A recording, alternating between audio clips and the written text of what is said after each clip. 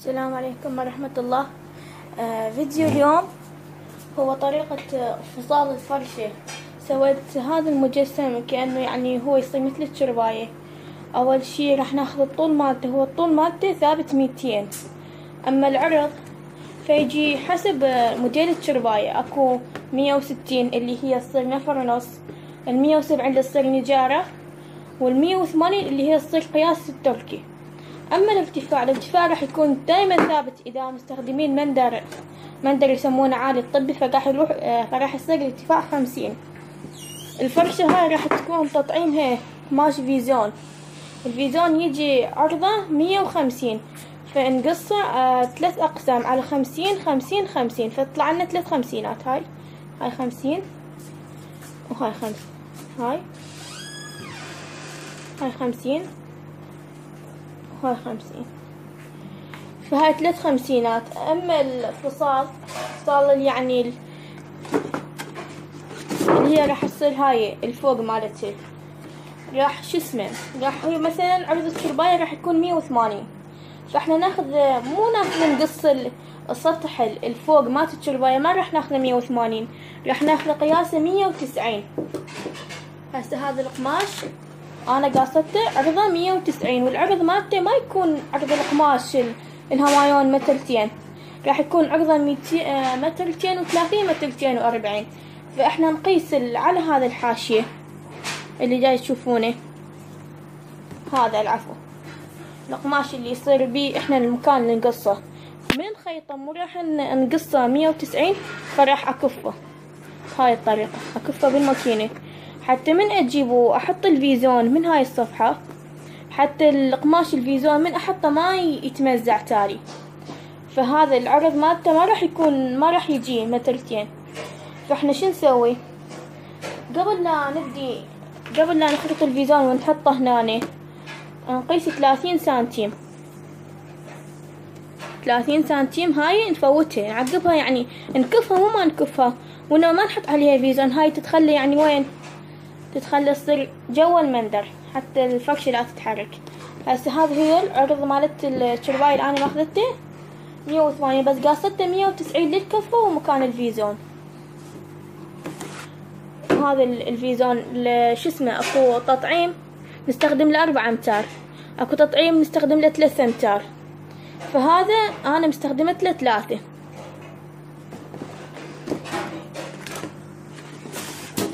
هسه راح نجي نفصل وجه المخدة. وجه المخدة هو قياس واحد، هو القياس الديباج. راح نفتح القماش، انا قاصدت العرض مالت المخدة، عرض وجه المخدة فت 50 مثل ما جاي تشوفون، 50 العرض مالتها، وانما الطول يجي 150 لان الوجه المخدة. اجيب لكم مخدة، هاي المخدة قدامكم، راح تصير الفرع مالتها، يعني القياس هذا كله راح تجي شوفوا 40، او هو يعني هذا القياس المخدة صغير، هاي 40. بس احنا ناخذ احتياطاتنا مالت الخياط ومالت الكفة جو المخدة، ناخذها 50، يعني هذا القياس كامل ويا الخياط. اما طول المخدة يصير كله يصير 75.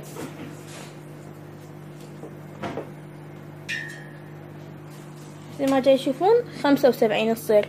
فايش قد يصير 150، يعني القماش ناخذه 150 وناخذ 30 سنتيم مالت اللخفة اللي على مود هيك نحط المخدة حتى تقض. هسه انا هاي المخدة بس قاصة عرضها، العفو، بس ما قاصة الطول مالتها.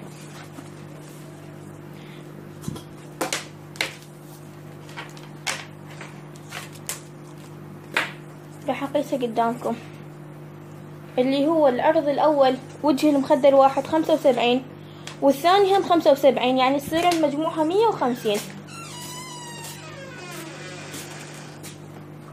150 وناخذ 30 سنتيم مالت اللخفة.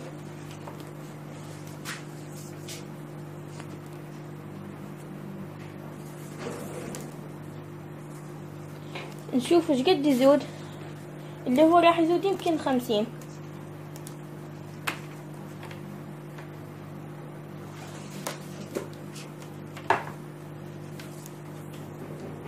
راح يزود 54 العفو، فراح نقص هسه 54 من القماش.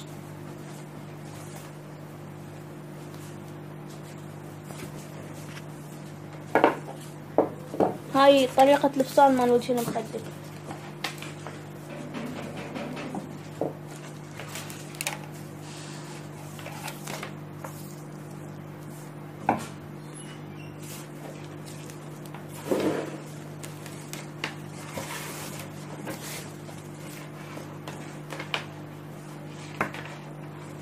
هاي هو الفصال يسمونه فصال الكلكش، اللي يصير كلكشة همايون.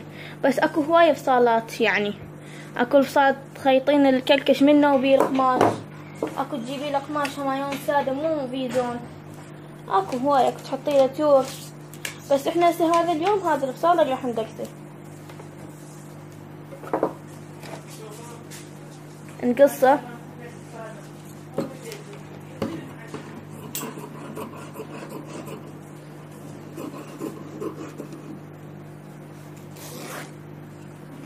هذا هو القماش الزايد، هاي راح يطلع لنا المخدة.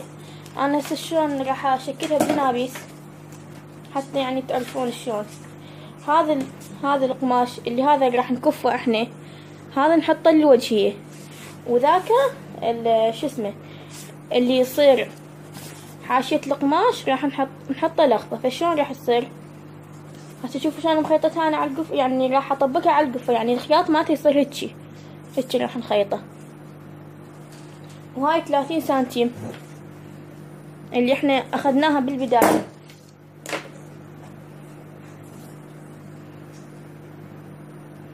هاي 30 سنتيم. شوفوا شلون هسه طبقتها، هذا زايد، بس منين اجيبه من هاي الصفحة بهاي الطريقة. شوفوا شلون يصير، يعني هذا القماش انا طبقته هسه هذا 75، يعني المجموع مالته الكلي يصير 150، واللخفة مالته 30 سنتيم. هيجي اجيبها بهاي الطريقة هيجي واخيطها. بس شنو بداية اخيطها خياط اتقلها، وتالي بالماكينة هيجي اطبقها حتى لا يظل يذب خيوط، يعني حتى القماش لا يذب خيوط ولا يتمزع بسرعة. راح اوضح لكم اياها اكثر الفرشة. هسه هاي اللي قصيناها اللي هي على السطح اللي هي 190 وهي الخياط، والعرض مالت القماش ما يجي عرض كامل، يعني مترتين، راح يجي زيادة 30 سنتيم. هاي 30 سنتيم نحطها هنا، يعني تنحط جوا المندر، هاي تنحط جوا المندر. والقماش الفيزون احنا راح لو نكسره لو نخرطه لو عادي، حتى لو يعني ما تخرطينه ونحطه هيجي نكسره شوية وينحط بهاي الطريقة. اتمنى فهمت الطريقة، شكرا.